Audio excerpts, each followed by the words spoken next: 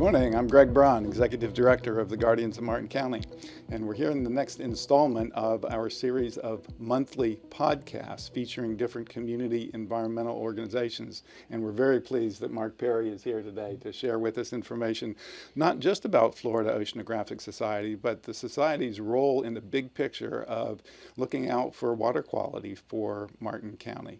So, Mark, thanks for taking the time to do this. You're welcome. Great. Glad to be here. Yeah, we'd like to start off with you telling us about Florida Oceanographic overall. I know we've known one another for a number of years, Yeah. But the Florida Oceanographic has certainly grown during that period. We have, Greg. It was formed in 1964 right here in Stewart as a nonprofit organization, and our mission basically is to help inspire environmental stewardship of Florida's coastal ecosystems through research, education, and advocacy. So we basically had a facility, as you remember, down on Kruger Creek on the St. Lucie River in a residential area. And we needed to move out to a new site where we moved out to the coastal center here on Hutchinson Island, where we are today, years ago. And we've just grown and grown since then. We've had visiting scientists from various parts of the country come down for years. And I remember as a teenager actually helping them to catch sharks for their shark research and doing different things. But I went away to college, Merchant Marine, came back in 1978 and started to work with this organization to kind of help rebuild and reorganize. And we then decided we needed to move to a better area so we could have aquariums and exhibits and be open to the public. And this is why we moved out here to the Coastal Center. So we're real excited to kind of be here. Martin County had no plans for this particular property on Hutchinson Island. It worked perfect to have a center so we could have nature trails through the mangrove marshes and the ecosystem all the way down to the Indian River Lagoon. And we're right across from the ocean, so we get fresh seawater, sand-filtered seawater for all our exhibits and stuff like that. So we'll take a look at those. But I mean, we're excited, and we have a great team of people, not only our educators that do educational programs daily at the center, but also we have a research and conservation staff that helps to do seagrass restoration, oyster reef, and other kind of restoration activities. And then we have a whole group of people that help support us as well. So we're very fortunate in this community, as you know, in Martin County, to be supported as this organization is and has been over the years, and I'm really blessed to have a great staff to help do the things we do. Right, so you've grown from a staff of just a couple people. Yeah, myself and one other person. Yeah, so we had in the very beginning, so we had just a staff and one other, and then we grew through different grants and projects. I was able to get more people engaged in the organization, and now we have a staff of about 40. Full-time and part-time people, and about 250 active volunteers that also help in not only our programs and exhibits and stuff, but they also help to weave the seagrass mats and do different things to help do our conservation efforts. Mm-hmm. Yeah, and so the facility is across from the Elliott Museum, right, on A1A. Right, what's the address? Right, we're 890 Northeast Ocean Boulevard, as you said, right across from the Stewart Beach and the Elliott Museum, and it goes all the way from A1A all the way to the Indian River Lagoon. So we have about 57 acres here, mostly the mangrove marshes, and one of the first things we did when we got here was to reconnect those marshes to the Indian River. They were what we call impounded by mosquito impoundment to control for salt marsh mosquitoes back then, and they disconnected it, so to say. So we reconnected it with large culverts and a rotational impoundment management, and now it provides habitat for juvenile snook and tarpon, snapper, and other fish that really use our whole area as home. So it's a great nursery site too, as a natural area. Right, so by manipulating the water levels that way, you can keep the mosquitoes down without having to deal with so many chemicals. Right, and at the same time keep it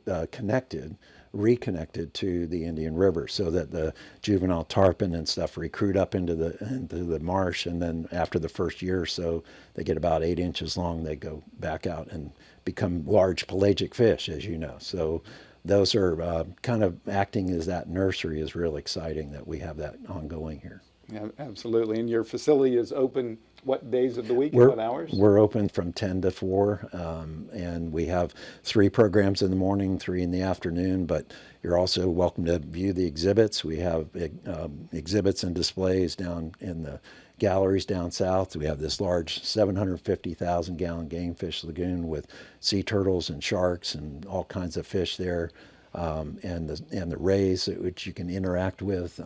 A lot of interactive exhibits and touch tanks and so forth. So it's real exciting for no matter what age level you are. You come on out and you always learn something and get excited about it. Yeah, there's always a crowd around the Stingray tank. Yeah, exactly. Yeah. Well, good. We're going to see more of the on-site facility later on, but while we're here in the office and we've got some props, let's talk a little bit about overall FOS's role in advocating for water quality. Certainly your leadership in the Rivers Coalition has been on display for years, and I think we're making some progress with all that. But for those who might be new to the area, why don't you give us just kind of a brief summary of what the hydrologic situation is in the South Florida area? Great. Well, yeah, it's just very prevalent on this map here, satellite image. You can see the dark areas represent water, and the large Lake Okeechobee in the middle of the system obviously is very prevalent. But it all starts up here in the upper chain of lakes just south of Orlando. And these lakes all entered into, about 12 or 13 lakes entered into Lake Kissimmee and flowed gently into there. This elevation is about 50 to 60 foot above sea level. And so the water would flow south through the Kissimmee River Valley. And that meandering river, oxbowing back and forth, about 105 miles long, would end up in Lake Okeechobee. About 6 or 8 months it would take to flow to there. And then Lake Okeechobee would overflow to the south, and that whole band of about 40 miles wide and about 100 miles long eventually reached the south tip of Florida. And that was described as the River of Grass by Marjorie Stoneman Douglas back in 1948, as you recall. And that kind of river of grass was the way, very shallow, marsh grass, sawgrass marshes that flowed all the way down to the tip of Florida. So by the time it reached the 10,000 islands at the tip of Florida and Florida Bay, it was really clean and beautiful interaction with the salt water from Florida Bay and the Keys, and of course the beautiful estuary down there at the 10,000 islands. But, years ago, we kind of wanted to, at the turn of the century, 1900, basically, the state wanted to get rid of this valueless swamp, the Everglades south of the lake. They thought it was just alligators and mosquitoes, and they wanted, to be more habitable to people. So they paid people to come down and try to drain the swamp and build these canals to go out to the southeast, and then also canal connection to the lake to the St. Lucie estuary on the east coast here in the Treasure Coast, and then also to the Loxa-Lucie River over in Fort Myers. So they built these big canals and to go south of the lake and to try to drain the swamp. And then along in 1926 and 1928, there were 2 major hurricanes that came across, again, no warning, and basically killed a lot about people around the lake because of flooding of the lake. And so they authorized the Herbert Hoover Dike around the lake, which was about 35-foot high dike, which goes around the rim of Lake Okeechobee to prevent that from ever flooding again. And of course, that cut off that river of grass. And so then you had the prime agricultural land south of the lake that developed, and then it cut off that flow. And then they also channelized the Kissimmee. Unfortunately, in 1960s and early 70s, they dug a canal right up the middle of the Kissimmee River, and that channelized, and instead of 6 or 8 months, it took about 2 days. Every time there was rain here, it would flow directly into the lake. So it artificially kept it too high. They had to discharge it to the St. Lucie Canal and to the Loxa-Lucie, and didn't realize how much damage it was doing to these northern estuaries, the St. Lucie estuary and Indian River Lagoon, and the Loxa-Lucie River over on the west coast. Those canals were built in 1916 and 1923, and were improved after they built the dike around to manage the water. So as the water gets higher in Lake Okeechobee, the Corps of Engineers and the Water District begin to release water out of that to lower the lake down in preparation for June 1st for hurricane season to come around. So that South Florida flood control project Right. back from decades ago. Right. That was really not designed with any environmental aspects being considered. It was That's purely right. drainage and trying to prevent loss of life in future hurricanes. That's exactly right, Greg. I mean, that was trying to just kind of Central and South Florida Flood Control Project was called, and it was a series of all these canals covering from the Kissimmee all the way down to South Florida. And their primary function was to stop flooding in areas and dig these canals. Had no environmental aspect to it back then at that time. Yeah, so this graphic may be of some help to us because you've talked about the watershed from the Kissimmee Yep. River. Yep.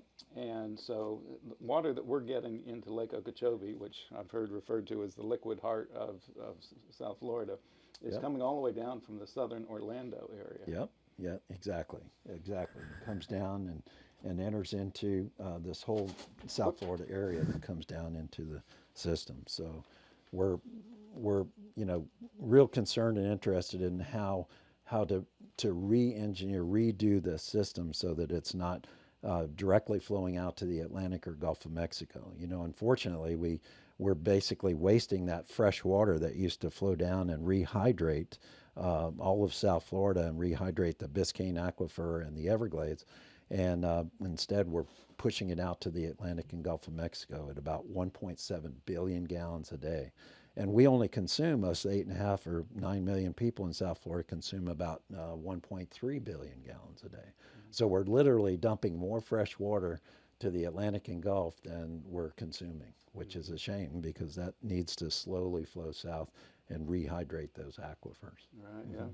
I've heard the reference to water being wasted to tide. Wasted to tide, exactly. Once it gets into the salt water, you can't recover it back unless you desalinate the ocean, and that's going to be a long, major process. So the green in this map, is it the boundary for the South Florida Water Management District, or is it the Everglades ecosystem? It's both. It's basically the Everglades ecosystem, and it is inclusive of the boundary of the South Florida Water Management District. There are 5 water management districts in Florida.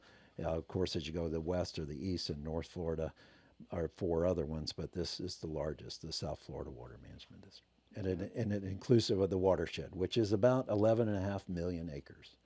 In retrospect, as we're having all these problems with water quality in the Indian River Lagoon, I kind of lamented a number of years ago in a discussion with Nat Reed that we should have thought about an Indian River Lagoon water management district. Yes. Because the watershed has been so altered over the years. Yeah. Lake Okeechobee had never been connected here to the IRL, and for our portion of the lagoon, it's the most prevailing kind of infrastructure effect on it. Yeah, you're exactly right. The Indian River Lagoon, that's 150 miles long from Ponce Inlet, north of Cape Canaveral, all the way down to Jupiter Inlet, just south of the St. Lucie Inlet where we are. And that 152-mile long narrow lagoon has a lot of inflows also up in the north part from the runoff that comes from land. But in the south section, as you mentioned, their major influence we have here in the south part of the Indian River Lagoon is right there at from the St. Lucie estuary and the discharges from Lake Okeechobee. Yeah, so you've got another graphic here that let's talk about a little bit that has the sort of the magnitude of the historic flows for the so as we mentioned, here's the historical kind of flows from the high altitude there of the Kissimmee Valley all the way down to the tip of Florida. But in recent times in that Central South Florida Flood Control Project, the main outflows, the big arrows are to the east and to the west. That's where they have the most structural capacity, if you will, to discharge water to lower the lake. And the smaller canals, of course, that discharge it to the east coast or the west coast. So that's where we are now, and what we want to do is kind of stop those damaging flows to both these northern estuaries, the St. Lucie and the Caloosahatchee, and put that water south back to that river of grass that Marjorie Stoneman Douglas wrote about, and restore the hydro period to the Everglades as well as Florida Bay, and stop these damaging discharges and waste of water to the Atlantic or Gulf of Mexico. Which leads us to the discussion about SERP. Correct. So Yeah. tell us a little bit about that plan overall and the different projects associated Well, with it. yeah. So SERP is the stuff we put on our pancakes, and that's for sure. But we use a lot of acronyms in our business, as you know. And the the Comprehensive Everglades Restoration Plan (CERP) is what we refer to as SERP. And the Comprehensive Everglades Restoration Plan began as a restudy of this whole Central and South Florida district back in 1994-95. Congress said to the Corps of Engineers, you've got to restudy this. You've got to re-engineer this because it's damaging to these estuaries and all the Everglades and everything, and there's got to be a way we can re-engineer it. So they reached a point in year 2000 and passed what's called the Comprehensive Everglades Restoration Plan, or SERP. And that plan is basically 68 different projects and components. And they're actually shown here. If you take a look at the map here, these are all of those kind of components that are now working on. Some of those 68 components that were done are still in the works. They have to go through a process on a federal level of being authorized and also appropriated. So the authorization of these projects through Congress, Corps of Engineers brings them back, they authorize the project, and then they appropriate the funds, and the funds are also matched 50-50 by the state. So the state helps also to build some of these projects, like the stormwater treatment areas and other parts of these components. And we've started the process. They started it underway, but there's not all these projects are completed or done, and a lot of them are still underway and being completed, and it takes a long time since we started back in year 2000 to get them authorized and appropriated and getting them completed. So a couple of the first projects, as I recall, that got started with this were actually because there was some local money that was generated through a referendum here in Martin County that helped us acquire Allapattah and some of those other properties. That's correct. One of the two components that were in our area of Martin County were the C44 project, which is a reservoir and STA, and the C2324 project, reservoir and STA. And those two out of the 68 components are right here.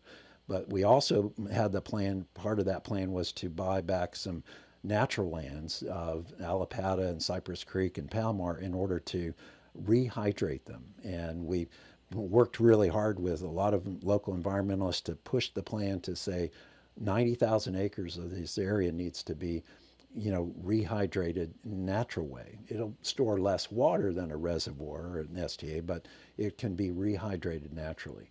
And so those initiatives were started, and of course one of the big things is, well, how are we going to get this land? And it needs to be acquired if we're going to manage it properly and so Martin County stepped up to the plate. We passed 2006, we had an initiative, Healthy Rivers Initiative, and Martin County stepped up to the plate, put in a half-cent sales tax or sales tax initiative and raised $27 million, which was then matched by the state for $30 million. And I remember giving the check over to the district in a big ceremony down there, and it was one of the first, in fact, I think the first local government that stepped up to the plate and said, we've got to participate in this restoration effort as well. Mm-hmm. And certainly I recall really Maggie Herchella and Commissioner Hurd being strong advocates for us needing to have that local funds generated. Absolutely. And so that's getting us into the next referendum that we're hoping will be passed by the voters later this year, because many of those 60 to 80,000 acres worth of natural land restoration area has not been acquired. That's correct. There's still remaining about 46,000 acres that needs to be acquired and done. And whether it's through fee simple acquisition or through conservation easement, we have that opportunity coming before us. And the county commission recently agreed to put that on the referendum for a ballot here in November, so the voters can decide if it's appropriate to go for another half-cent sales tax for a period of time in order to acquire those additional lands to help naturally kind of restore that hydration to our area. Right, so lands within that SERP footprint and within our Loxa-Lucie area, because they're within the SERP footprint, are parts of the 4 project areas that would Correct. be funded if this gets approved. Right, right.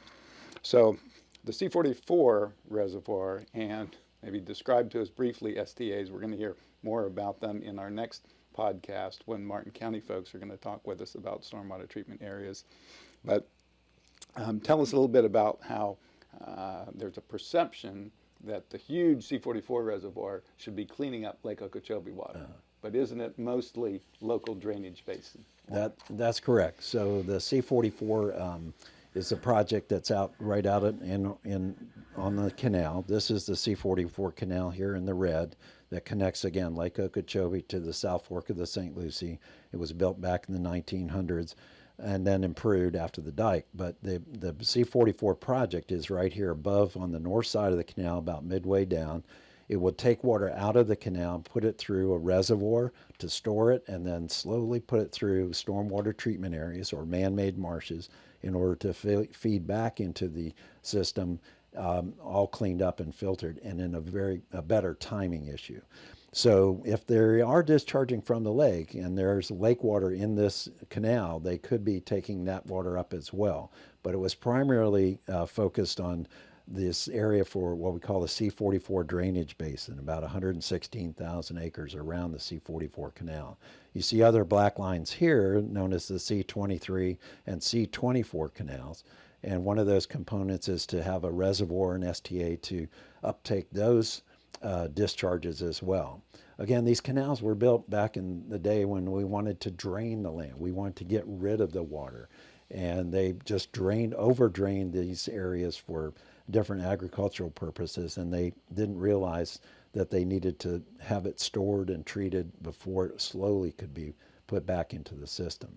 So yes, the C44 project is necessary to get it going and valuable, but all those other natural components are around this area too, to rehydrate and restore that kind of natural hydro period within the system. Well, we've got this graphic up. Let's talk about a few of the structures, because when the press jumps on this and covers it, they talk about Port Mayaca and the St. Lucie Locks and S80. Would you describe to people where those different structures are? Yeah, so essentially the Lake Okeechobee has the S308, or Port Mayaca, is where those gates open up and enter into the St. Lucie Canal. And then about almost 3/4 of the way down at S80 is the gate structure there. Now S80 is also, and 308 have lock structures in them, so boat can go in and lock through that canal and get up from sea level up to the stage of the lake. Let's say it's at 14 feet elevation. So the boats go into the lock structure, they raise it up, they can allow the boat to continue on at 14 feet elevation. But next to the locks at the S80 structure are these gates that allow that water to flow. 7 gates. I call them the 7 gates of hell, because it's damaging to this estuary when they have those opened up wide and those releases are happening just to get water out of the lake. They can be tremendous volumes of water, and for a long duration of time can really damage the system. So S308, or Port Mayaca, is right out here next to the lake, and S80 is right here about near just about at the South Fork, towards the South Fork of the lake. On the other side of the lake, you have another structure at Moorhaven, and then downstream in the Caloosahatchee, they have 2 more structures that stage the water down to sea level from there. So again, those are structures that are canals that were built, and this, as you can tell, I mean, the north and south fork of the estuary, where the natural estuary comes together at Stewart, and this was a natural freshwater kind of drainage of Stewart, and then reconnects to around Stewart out to the St. Lucie Inlet. So the St. Lucie estuary is more not just like a freshwater river, it's a mixture of brackish water, a mixture of salt and fresh water, which we call an estuary. And that's ideal for the oysters and seagrass and other real critical habitats to develop. But when we connected it with the canals, we are enforcing more fresh water for longer durations, and it's causing a real bad thing for the estuary itself to be effective. Yeah, good points. Yeah. We're going to see some more of Florida Oceanographic's on the ground facility shortly, but before we get to that, speak a little bit, if you would, about the Rivers Coalition. You've certainly been active in that since its inception back decades ago. Well, as you know, Greg, we back in 1998, we actually had a real bad year. It started much like this year in January, where the lake was very high, and they had to get water out of the lake, and they started releasing very early in the year. And it was high volumes of releases. And as we got to know this, it lasted all the way through April and into the summer, and it was devastating. So we came together, not just the environmental organizations, but also the Board of Realtors, the Builders Association, the businesses in our community were being, impacted by these major discharge and poor water quality that was happening. So they all wanted to get together, and we formed this Rivers Coalition. And currently it's about 105 organizations and groups and businesses and associations, and we all get together monthly to try to talk about, well, what do we do to fight to get clean water back to the estuary? Because we all know that if we can have the estuary as a clean, healthy body of water, it's going to be able to draw more people, more business will thrive, and so forth. When we've had these damaging discharges, it's been devastating, not just for the environment, as we talk about, but also for the businesses. I mean, the fishing, the paddle boarding. People go out of business because we've had such poor water quality. And then along with these algae blooms we've been getting in recent years, as you know, freshwater algae bloom on the lake, this toxic cyanobacteria will bloom, and then that's the time when they're trying to release water will come into the estuary, and as long as it's fresh water, we'll maintain these blue-green algae blooms, which is, again, toxic to the human health. So it's a health issue, it's an environmental issue, and it affects businesses as well as just the environment. So that's how we got together as a coalition, a Rivers Coalition of several groups. Yeah, and where and when are those meetings, and are there opportunities for people to watch online? Absolutely. We meet once a month. Usually it's the fourth Thursday of the month, and we meet and we bring in speakers. Like this time we had the Corps of Engineers of the district in, and because of the discharges, we have different speakers come in and talk about things and issues and update all of our organizations on what's going on within this watershed, because it's so important. It transcends a lot of jurisdictions and, of course, a lot of people involved. So monthly on the fourth Thursday at 11 o'clock, and we meet physically in City Hall of Stuart City Hall, but we also have it online as an online opportunity. So you can go to riverscoalition.org. Great. Yeah, there's schedule, and you've got recordings of previous meetings if people want to go back and look at it. They certainly do. It's hard not to be pessimistic when things, water quality-wise, seem to keep getting worse. But maybe talk with us just to sum up. What's the time frame for the completion of some of these CERT projects? And we hear that the EAA reservoir was downsized a number of years ago, or the design for it was. Do we really expect that these things are going to completely solve our problems? Yeah, it's tough, because these projects, all of these 68 project components, including the EA reservoir that you referenced, are partially underway or is trying to get underway and get completed, and they take a long time to even get done. And they're huge, big, billions of dollars worth of projects, and we wonder about the effectiveness of how much can it really do. And as they change and the plan and they redesign it, it will help. The EA storage reservoir in blue down here at this point will help to take water from the lake, store it, and then again put it through the stormwater treatment areas and marshes, and then flow it back to the Everglades. And so it will help to bring some more water from Lake Okeechobee to be able to send it south, but it's not going to totally solve the issue. The issue has to be solved in the management of the water.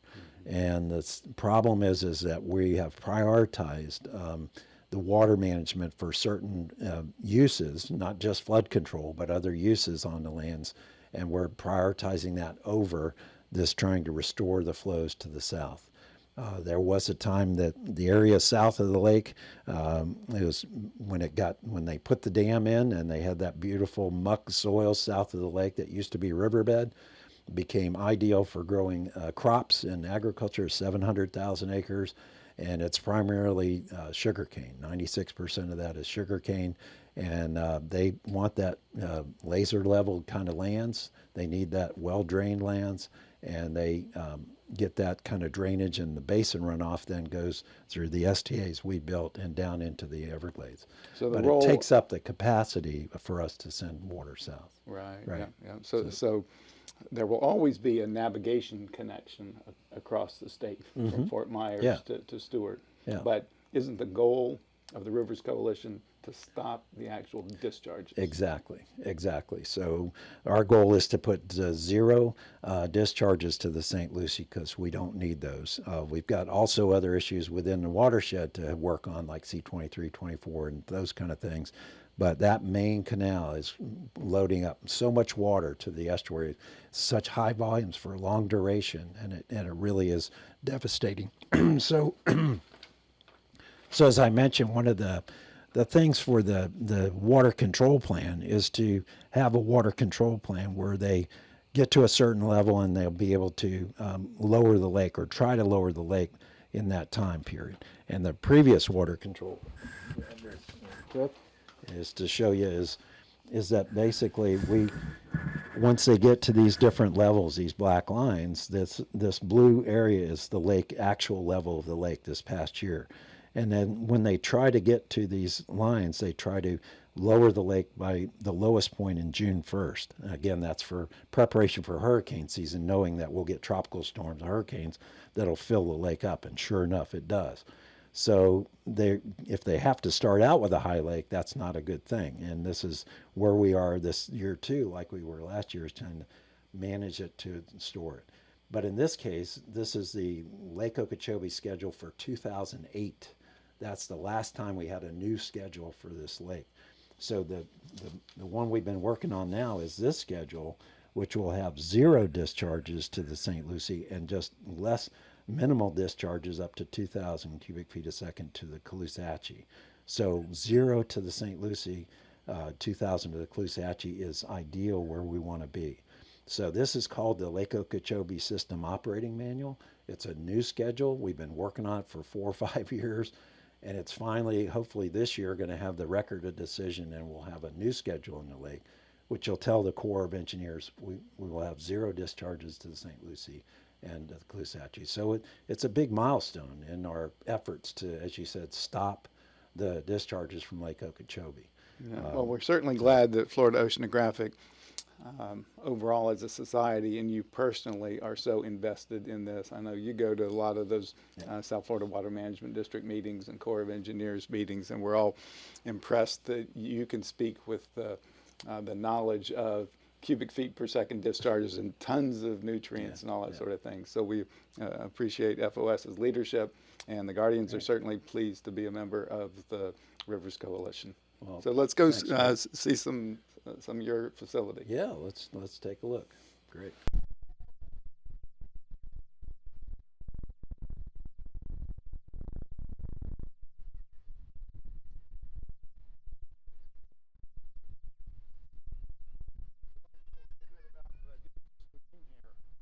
This is 750,000 gallons. It's one of the largest aquaria on the East Coast. We have it's a saltwater lagoon. So we get our saltwater from across underneath Stewart Beach.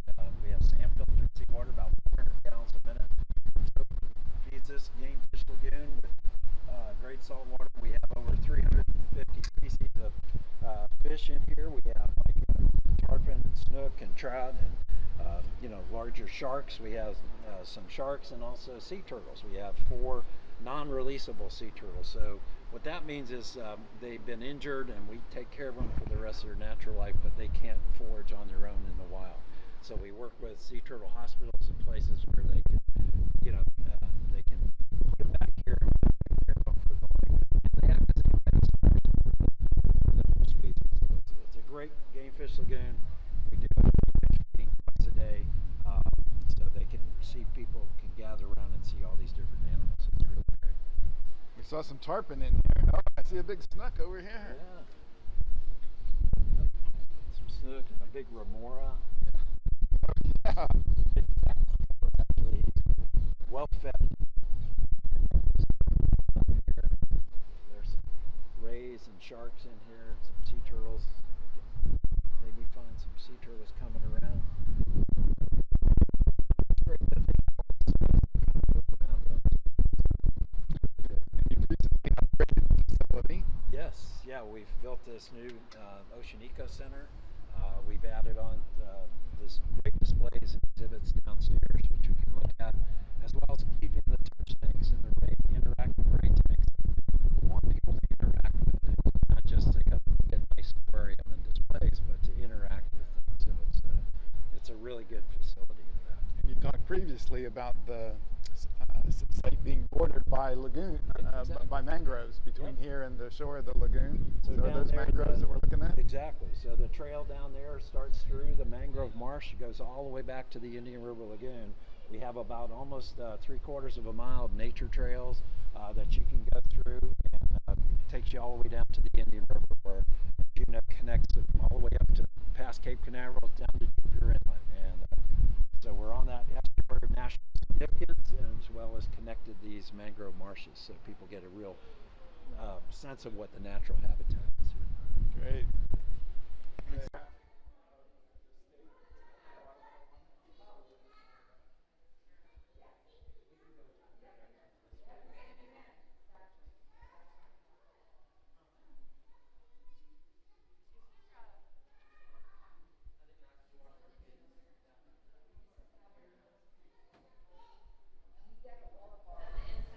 So you do the bathtub reef, right? We kind of simulated it here. These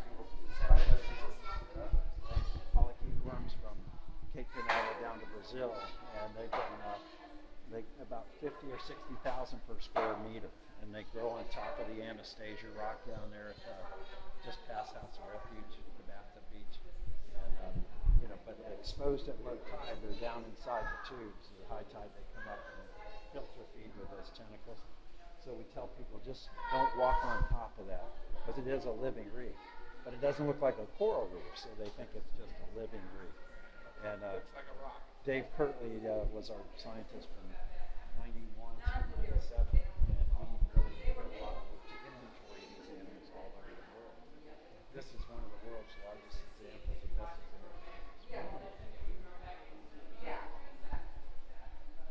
I don't really know how fast it grows. Probably fast enough to keep up with sea level rise.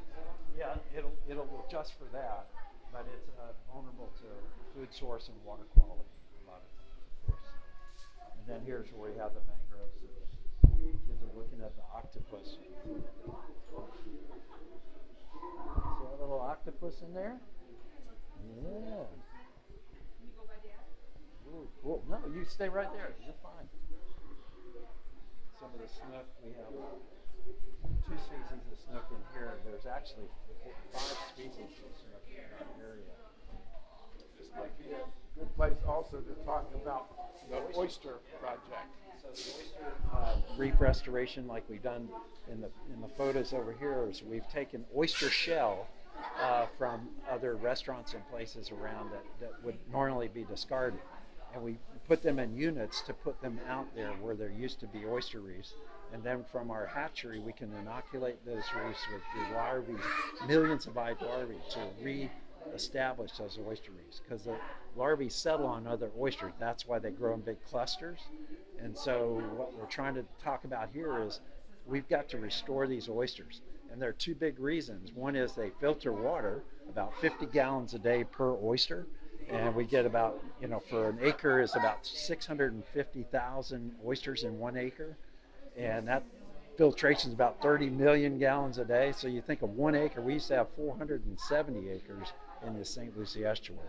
But unfortunately, the water quality has dwindled it down to about 20 acres. So we're trying to reestablish more oyster reef for filtration, but also for habitat. These reefs are providing habitat in the shallow waters of the estuary. The oyster reefs provide habitat for 300 different species of little crabs and shrimp and all kinds of different animals that live in the system. So all those larval fishes and little crabs and stuff depend on that oyster reef as a habitat for them. And if we lose it, we're losing them. So one of the first projects was the kind of bulking up around Bird Island because it was so susceptible to erosion. But now you've got a number of oyster living shoreline projects around different areas of the county.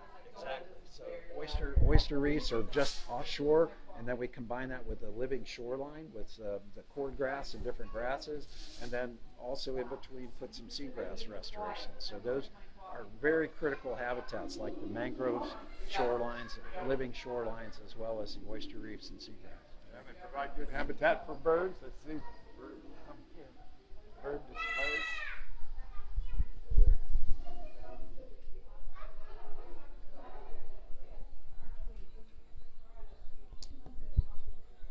This is another good graphic, kind of talks about the water flow things that we've been discussing.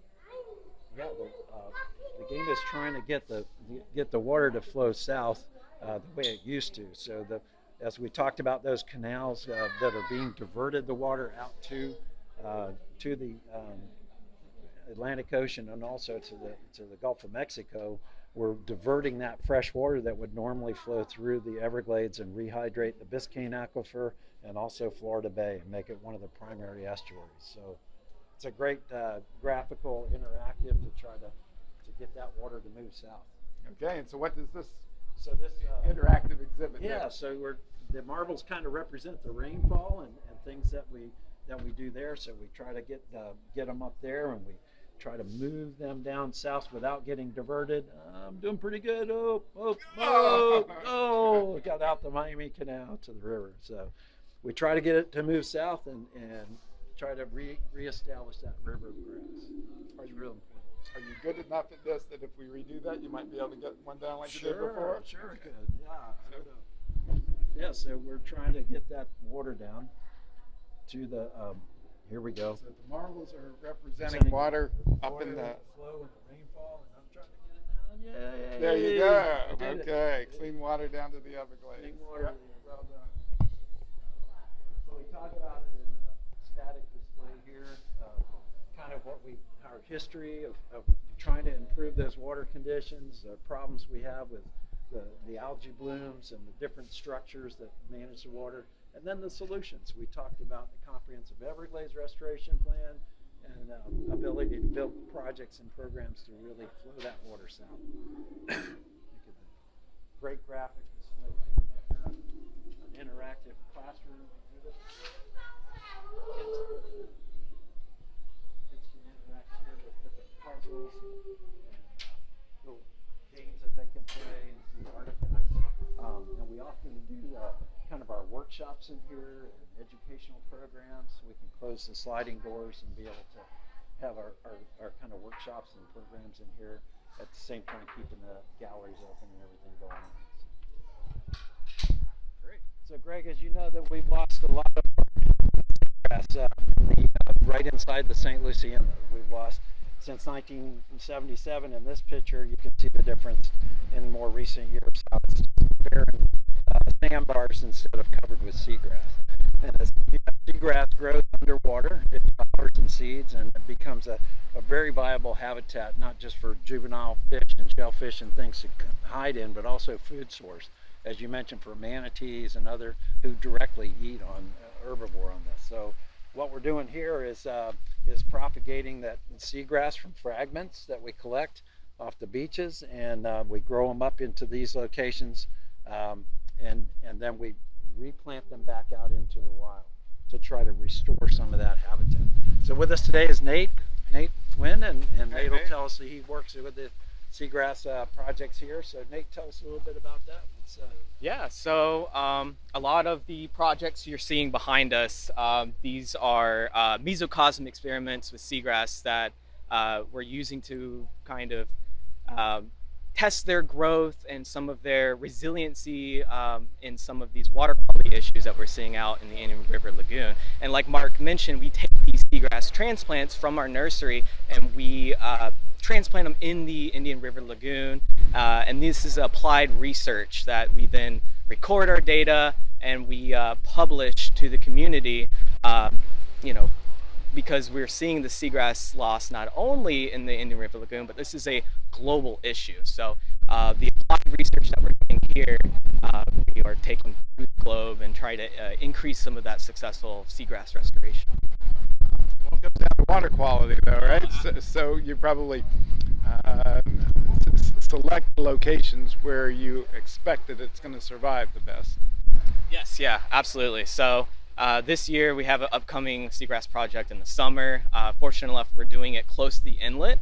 However, in the previous summers, we have selected sites where we've been having these water quality issues like low salinity and some water clarity issues, and you can really see how that directly impacts the seagrass restoration and transplantation. So definitely site selection is considered when planting these out, but ultimately you're right, it does come down to a water issue. That reminds me, one other thing that we didn't talk about up there, Mark, is your citizens water quality monitoring network. You put out maps every week on what the water is like in different sample stations. Right. Our research team, along with Nate and others, Lorraine Simpson and everybody, we put up together weekly water testing. So there are about 40 water testers. They're citizens that we've trained to use water testing kits all along the waterfront in the St. Lucie Estuary and Indian River Lagoon in our area. And weekly they report in the data so we can quickly tell what the health of the system is. Is it good water quality this week, or is it bad? Why? What happened? So our information there, even though it's a citizen science program, is used by even the water managers and others to look at and get a quick glimpse of what's the water quality doing in our area. We've been doing that since 1998.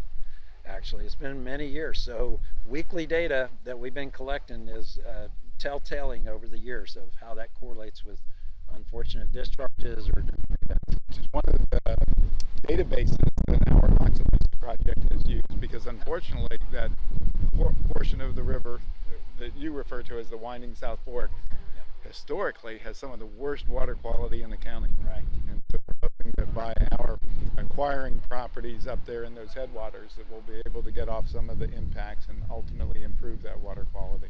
Exactly. That's a really good point. To really get back that natural watershed and that reconnection to the Loxa-Lucie and the St. Lucie estuaries, that reconnection of Loxa-Lucie.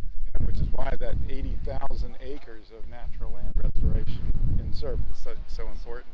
Okay, so you're using that water quality in order to be able to determine where you would outplant these seagrasses with the highest likelihood of success? Yeah, for our restoration projects, we look for those with good water clarity that are heavily tidal influence that allows that even with discharges and influx of stormwater runoff, that we're able to have the salinity up high. But yeah, no, most of these projects here that you're seeing behind us with Connor, we're working towards studying their salinity threshold, and if we take these grasses out, would they be able to survive under low salinity, and what's their stress tolerance level? So some of these mesocosm experiments that we're running here are to test that resiliency. A lot of time to get into details, but just from here I see a couple of different species of seagrass. Yep. And so the Thalassia is one of those that needs a lot of higher salinity areas near the inlet. Yeah, absolutely. So Thalassia is a tropical species compared to grass and manatee grass. They're more tropical and they are used to those higher salinities.